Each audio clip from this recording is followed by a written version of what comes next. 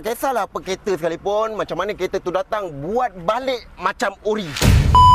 Apa berlaku kalau kereta korang jadi macam ni? Korang nampak tak? Mari sini dekat sikit. Nampak? Bekas-bekas umpil. Kalau korang pergi kedai cermin kereta korang jadi macam ni, panggil dia ganti baru. Macam mana kereta korang datang dalam keadaan baik, macam tu lah bila dah siap. Korang yang mana nak tukar cermin kereta, jangan fikir kereta aku ada cover cermin, dapat free tinted, sudah lah. Kau pun main hantar, kau tinggal kereta. Kau tak tahu barang ni patah ke apa ke. Mari sini aku ajar cara buka. Ini model Alza baru. Senang je sini. Nak buka je.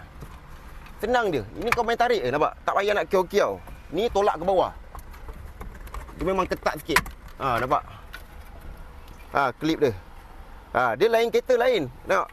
Ini kadang-kadang patah. Orang tak nak buka, main tarik je. Jahanam lah.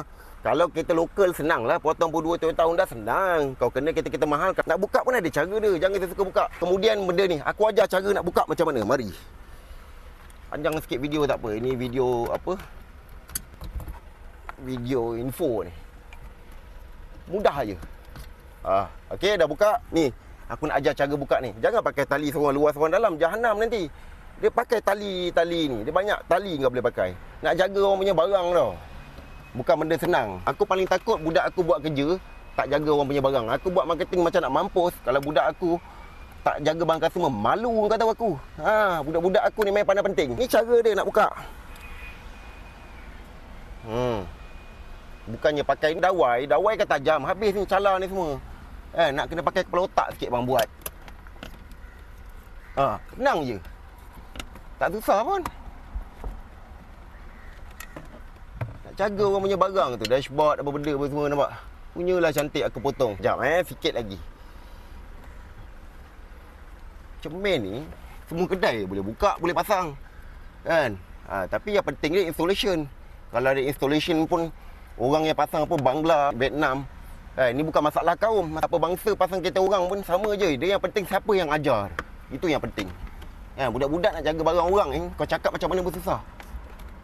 Aku paling takut budak aku buat barang orang rosak. Aku kena ganti ni. Nampak? Ni cara dia. Mana ada bekas-bekas dawai, scratch, apa benda pun semua tak ada. So bila dah siap, kau nampak dia pakai double tape besar. Kan? Banyak hari ni aku tengok ada yang pernah tukar pakai double tape kecil. Bila tampal daripada luar nampak bodoh nampak bodoh. So pakai double tape yang besar. Cun-cun dia duduk. Ikut balik ori dia. Dapat ke dapat? Belajar satu komen kat bawah bagi. Tak kisahlah apa kereta sekalipun, macam mana kereta tu datang, buat balik macam ori. Benda ni penting. Ni aku nak jalan kerja dulu. Bagi.